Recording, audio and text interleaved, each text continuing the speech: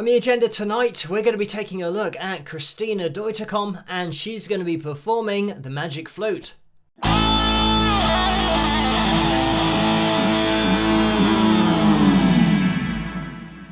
Hello, Phil here from Wings of Pegasus, and welcome to another analysis video. If you enjoy this video, please give it a thumbs up and subscribe. So, full disclosure here, my background is not in classical singing or opera, anything like that, and I think this is the first performance we're actually looking at from an opera. So we're going to be doing things as we normally do. I've taken Christina's vocal, I have isolated it, run it through the pitch monitoring software so we can see what's going on. Just before we do jump into it, I'm going to mention that when I was growing up, my parents listened to Pavarotti, the Three Tenors, Bocelli as well, maybe a little bit, but in terms of sopranos, I didn't really listen to any sopranos when I was growing up, or, classically trained vocalists who were female, so this is going to be great to jump into this, because it's something that I don't normally listen to or have exposure to, so it's going to be interesting to get Cristina up on screen and see how she gets on.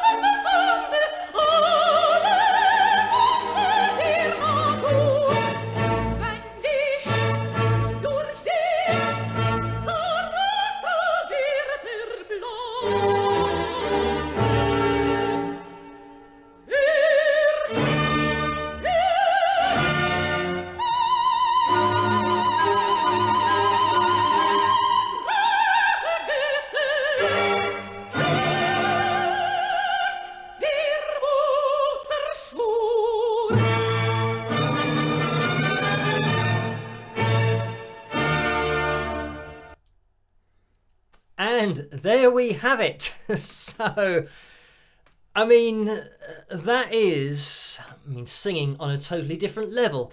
When we've looked at vocalists in the past on the channel, we've been looking at very much contemporary singers and vocalists that you'll find in the charts.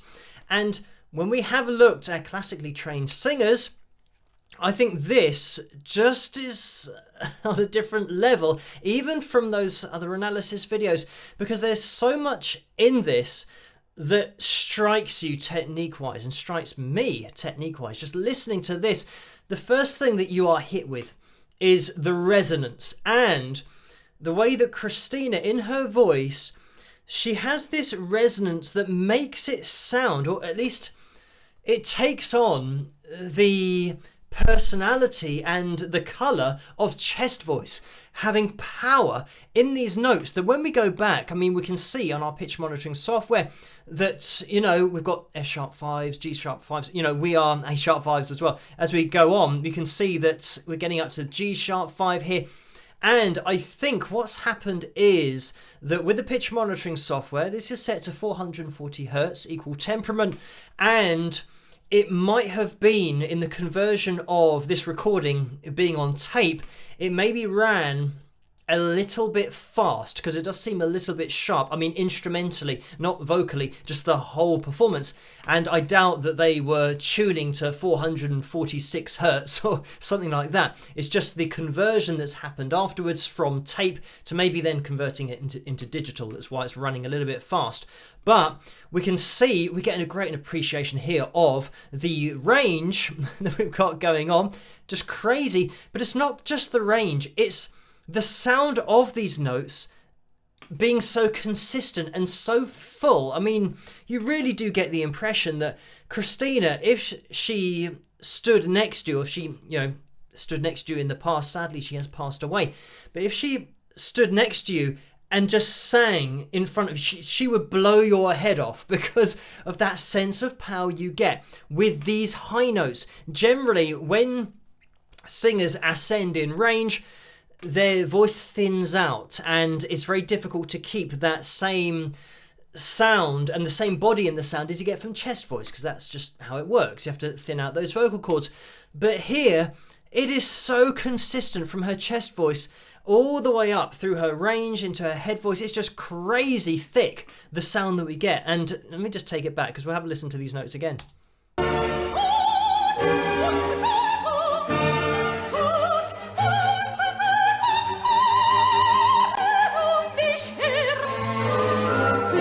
I mean, that's an A sharp 5, just crazy pitch-wise, but just crazy control and body in the sound. And at no point are we getting that drop off in volume throughout the range. The reason that this is really important is because this is opera.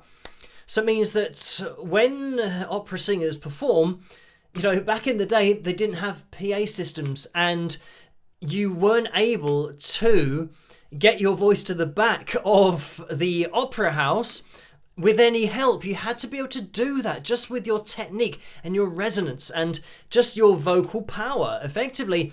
And you get the impression here that this is one of those voices that would fill in and totally fill up an opera theatre, and you could hear that voice wherever you are. It actually reminds me of my sister's wedding, where she had an opera singer who was a friend, and she asked her to come and sing a song in the church, and it's quite a large church. And as soon as she started singing, you got an appreciation of what opera is all about because of the volume, the power, and just filling in the whole church with the human voice.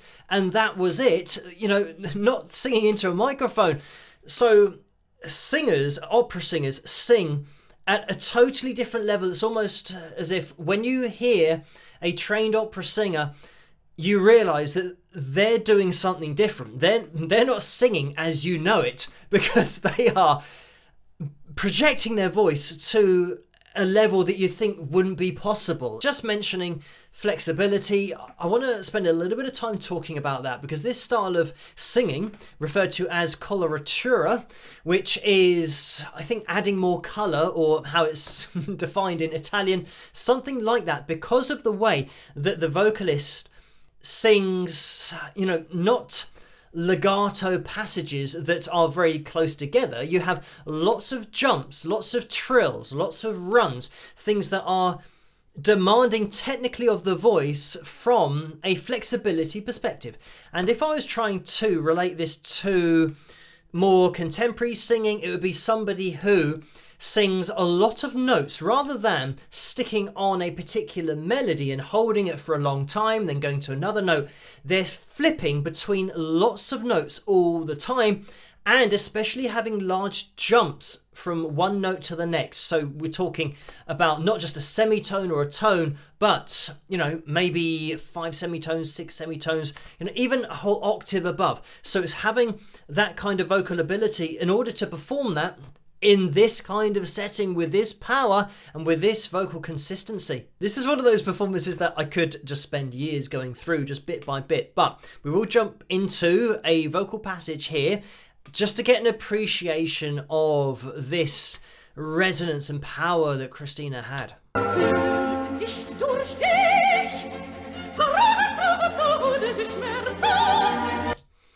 So here we've got this G-sharp 5 right at the end, but listen to the way that this note pops out. I've already said that generally the higher you go, the smaller the sound becomes because it's a higher note, and the vocal cords don't have a thick coordination. They have to thin out to get to these higher notes. But listen to the way that, if anything, she actually gets more power, more resonance from the G-sharp 5 than she did on the rundown. I mean, it's amazing. It's so full, that sound. I'm just going to let it play on a little bit more. Even that A-sharp 5, we're talking about a tone higher, same tonal consistency.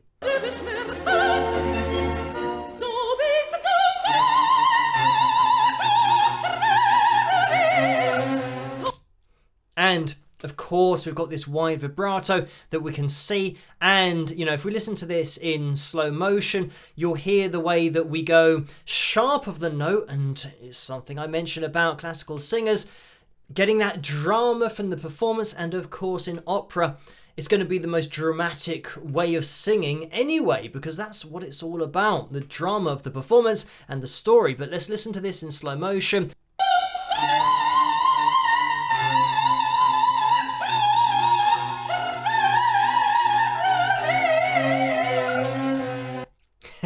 It gives you such a great appreciation of it when you listen to it in slow motion, but also how consistent these waves are and how regular they are covering pitch-wise, because we've got a consistent vibrato. It's not suddenly getting, really shallow and then really full. We've got this constant above the note vibrato and going below the note, but a lot of it is spent sharp. The other thing about this coloratura way of singing is that generally the notes are going to be hit on vowel sounds rather than having, long passages that have lots of, lyrics in there, and you've got to try and get out a lot of words with a lot of consonants that actually break up the vocal.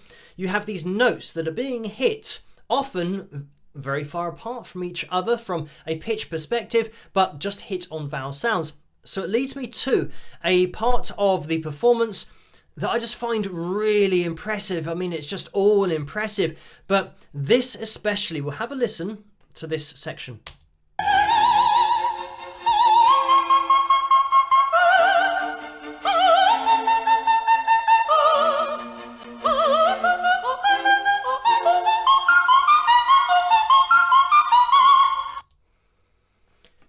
I mean,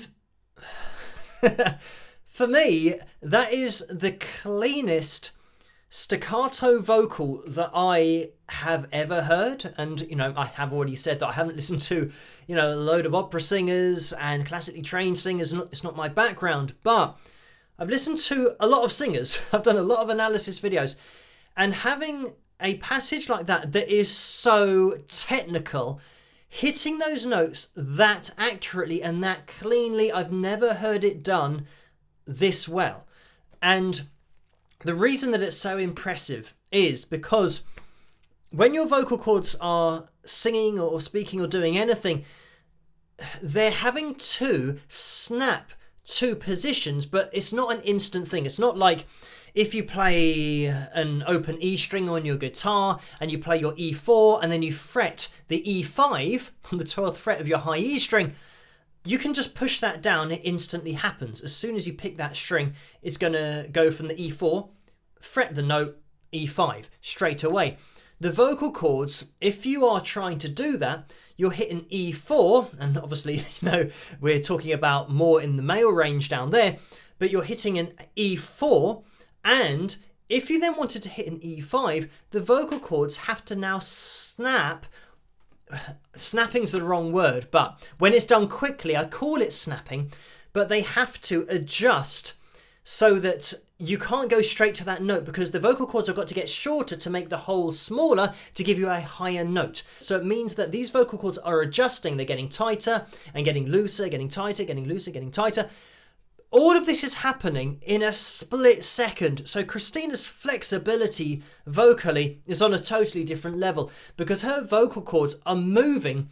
It'd be great to see her vocal cords, but they are moving, you know, in a split second, but they're accurately stopping at exactly the right place to give her these notes.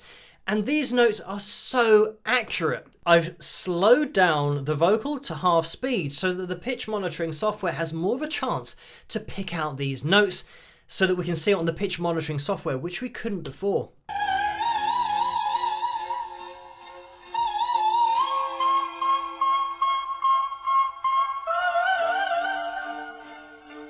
So, I mean, first of all, here we can see that we are between notes here, but that's because of what I mentioned earlier. Sharp of the C6. And look at the consistency here. If you were to take a line and just run it through the majority of this pitch that we've got going on that Cristina has produced, it is so consistent. And she's holding her vocal cords in exactly the same place and just applying the perfect amount of airflow to get these notes to pop out at the same pitch all the time. So it's almost like she can just lock that voice and her vocal cords to a pitch and then just blow through her vocal cords and just gives us this note. It is so accurate, but let's continue at half speed.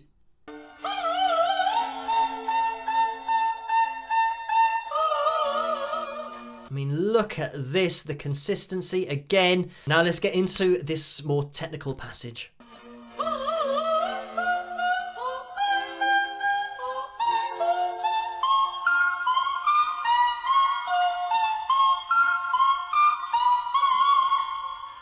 So, I mean, looking at this C6 that we have, we've got this consistency again. We've got loads of other notes, by the way, going on between these, but this is something that we can just run the arrow across to see how accurate she is, going all over the place vocally, but she's coming back to exactly the same spot each time. So it means that her vocal cords are, you know, extending, they're getting longer, they're getting shorter, they're getting longer, they're getting shorter, but they're all just adjusting in a split second. Look at how she changes the way that she shapes her face, and you know, this is all a part of singing. You'll never see an opera singer singing with a face that isn't moving. You know, they maximize their resonance in their resonance chamber, their head.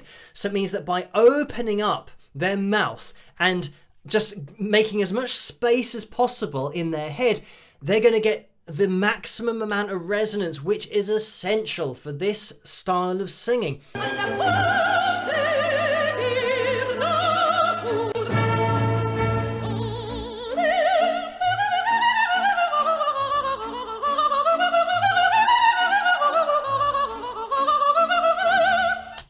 I mean, that is just insane. Again, staccato passage here, just with the same sound. We're not singing lots of different words here.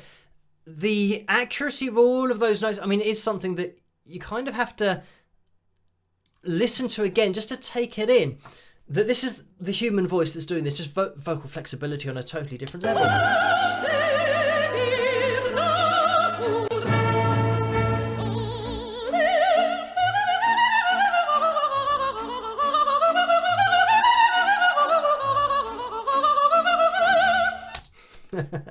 So yeah, amazing. In order to pick out all of those notes, and yeah, I'll say it again, that this is the cleanest I've heard. I mean, from a tone and resonance perspective, having these notes being so clean, the vocal cord connection being so pristine, but not only that, the vocal flexibility to hit these notes and the speed at which she's changing her vocal cords to hit these notes and just go from one to the next. It's the cleanest staccato passage I've heard. It's almost easy to forget that as well as doing all of this, Cristina is acting. They are performing. So it's just all of these things rolled into one. I mean, just standing still, not doing anything, this would be a really impressive vocal performance on a totally different level. But with opera, you get this kind of level of vocal ability while they are acting out a story and, you know, communicating a story with their physical performance as well as their vocal performance. So yeah, just amazing to look at this, and good to have a little bit of a change. Certainly something that I think is so impressive. But thank you guys for sending me this video, and as always, keep the suggestions and requests coming in the comment section below. Let me know what you guys think, and if you did enjoy this video, please give it a thumbs up and subscribe, and I'll see you guys at the next one. Rock!